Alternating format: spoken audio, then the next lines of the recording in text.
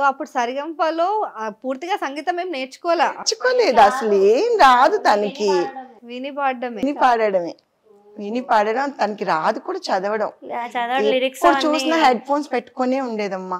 Night పడుకునేటప్పుడు కూడా, పడుకోవడం కూడా అలాగే పడుకుని పోయేది. మేమే తీసేవాళ్ళం అనమాట. మాకెవరికి నాలెడ్జ్ లేదు, మా నాన్నగారికి లేదు, నాకు లేదు. ఏం చెప్తాం, మేమేం నేర్పించలేం కదా. సో తనకే తను ఓన్. అసలు ప్రవస్తి ఇంత బాగా వాడుతుంటే ఫ్యామిలీలో తాత ముత్తాతల నుంచి అందరు ఇదే అనుకుంటా అని అనుకున్నాము. ఎవ్వరు లేరు, ఓన్లీ ఆస్వాదిస్తాం అంతే పాటలు. మాకెవరికి నాలెడ్జ్ లేదు. సో అది అలా రావడం నిజంగా గ్రేట్. అందరు చాలా వరకు గాడ్ గిఫ్ట్ చైల్డ్ అంటారు. మీరు తన కడుపులో ఉన్నప్పటి నుంచి మీరు పాటలు వింటుంటే అసలు ఈ లోపల ఏంటి వింటే సరిగా సౌండ్ వినిపించట్లేదు అని చెప్పి ఒక నెల ముందే బయటకు వచ్చేసింది అనమాట. అవును, ఒక కోటిసారి కూడా అన్నారు ఒకసారి, ఏదైనా కీబోర్డ్ ఏమైనా మింగేసావని నాకు డౌట్ వస్తుంది, ఇళయరాజా గారిని మిస్ అయింది, నీ దగ్గర ఉందేమో చూస్తా అన్నారు. సో అలాగా ప్రవస్తి వచ్చింది. మాకెవరికి నాలెడ్జ్ లేకుండా తను చాలా కష్టపడ్డది.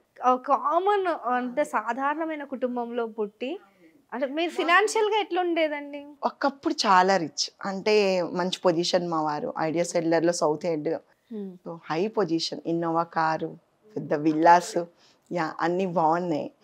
బట్ కొన్ని తారుమారు అయిపోయి ఇప్పుడు పరిస్థితి డిఫరెంట్, టోటల్ డిఫరెంట్ అనమాట. సో ఈ పొజిషన్కి వచ్చేసాం ఆఫ్టర్ కరోనా. Main corona. బిఫోర్గా ఏంటంటే మా హస్బెండ్ జాబ్ రిజైన్ చేశారు. చేసిన తర్వాత కరోనా రావడం, తన బిజినెస్లో మొత్తం పెట్టడం వల్ల అమౌంట్ అంతా బిజినెస్లో పెట్టేశారు, రియల్ ఎస్టేట్ అని అదని ఇదని. సో అంతా జీరో అయిపోయింది, ఏది మనకి బ్యాక్ రాలేదు, మొత్తం లాస్. సో ఆ మూమెంట్లో కొన్ని ఛానల్స్. ప్రవస్తి ఫస్ట్ ఏ స్కూల్లో చదివేదాన్ని? ప్రవస్తి ఫస్ట్ అమృత విద్యాలయ అని మహేంద్ర హిల్స్ దగ్గర, అక్కడే ఫస్ట్ జాయిన్ అయ్యాను. తర్వాత స్కూల్ చేంజింగ్ అట్లా ఏమైనా జరిగిందా? ఫైన్, అలా అవ్వలేదు. అది మేము చెన్నై షిఫ్ట్ అయిపోయాం. నెక్స్ట్ చెన్నై నుంచి రావడం వికాస్కి వచ్చాం. వికాస్ డైరెక్టర్ చాలా సపోర్ట్ చేశారు మాకు హైదరాబాద్లో. ఆయన ఫీజు విషయం కానివ్వండి, తనకు సపోర్ట్ చేయడం చాలా వరకు తగ్గించారు.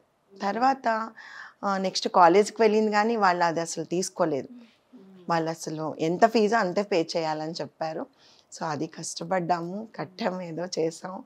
బట్ ఏంటంటే ఇలా అవుతుందని మేము కల్లో కూడా ఊహించలేదు, అస్సలు ఊహించలేదు.